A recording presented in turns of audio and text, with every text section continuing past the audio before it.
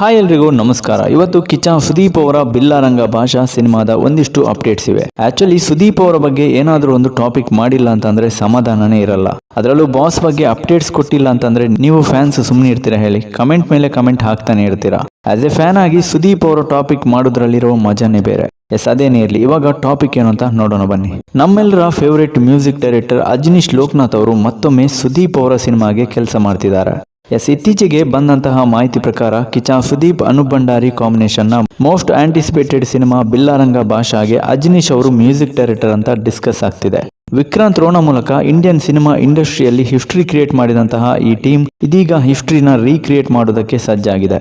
Actually Ajaneesh ಅವರು ಕೂಡ BRB ಸಿನಿಮಾಗೆ ಇಲ್ಲ ಅಂತಂದ್ರೆ ಸಿನಿಮಾ ಇನ್ಕಂಪ್ಲೀಟ್ ಅಂತ ಫೀಲ್ ಆಗುತ್ತೆ. ಯಾಕಂತಂದ್ರೆ ಅನೂಪ್ ಭಂಡಾರಿ ಅಜನೀಶ್ ಕಾಂಬಿನೇಷನ್ಗೆ ಕನ್ನಡ ಚಿತ್ರರಂಗ ಮಾತ್ರ ಅಲ್ಲ, ಸೌತ್ ನಾರ್ತ್ ಎಲ್ಲ ಕಡೆಯಲ್ಲೂ ಸ್ವಲ್ಪ ಸೌಂಡ್ ಇದೆ. ಹಾಗಾಗಿ ಈ ಒಂದು ಕಾಂಬಿನೇಷನ್ ಮತ್ತೆ ರೀಯುನೈಟ್ ಆಗ್ತಿರೋದು ನಿಜಕ್ಕೂ ಸಿಕ್ಕಾಪಟ್ಟೆ ಖುಷಿ ಇದೆ. ಇನ್ನು BRB ಸಿನಿಮಾದಲ್ಲಿ ಬಿಗ್ ಬಾಸ್ ಖ್ಯಾತಿಯ ವಿನಯ್ ಗೌಡ ಆಕ್ಟ್ ಮಾಡ್ತಿರೋದು ನಿಮಗೆ ಗೊತ್ತೇ ಇದೆ. ಆದ್ರೀಗ ಕಿಚ್ಚನ ಆಪ್ತ ಸ್ನೇಹಿತ ಅರುಣ್ ಸಾಗರ್ ಅವರು ಕೂಡ BRB ಸಿನಿಮಾದಲ್ಲಿ ಒಂದು ಪ್ರಮುಖ ರೋಲ್ ಮಾಡಲಿದ್ದಾರೆ. ಅಂದಾಗೆ ಸುದೀಪ್ ಅವರು ಈಗಾಗಲೇ ಹೇಳಿರೋ ಪ್ರಕಾರ BRB ಇದೇ 26 ಇಂದ ಶೂಟಿಂಗ್ ಶುರುವಾಗ್ತಿದೆ. ಇದಿಷ್ಟು ಒಂದು ಕಡೆ ಆದ್ರೆ ಇತ್ತೀಚೆಗೆ ಟ್ವಿಟರ್, ಇನ್ಸ್ಟಾಗ್ರಾಮ್ ನಲ್ಲಿ ಒಂದು ಫೋಟೋ ತುಂಬಾನೇ ವೈರಲ್ ಆಗ್ತಿತ್ತು.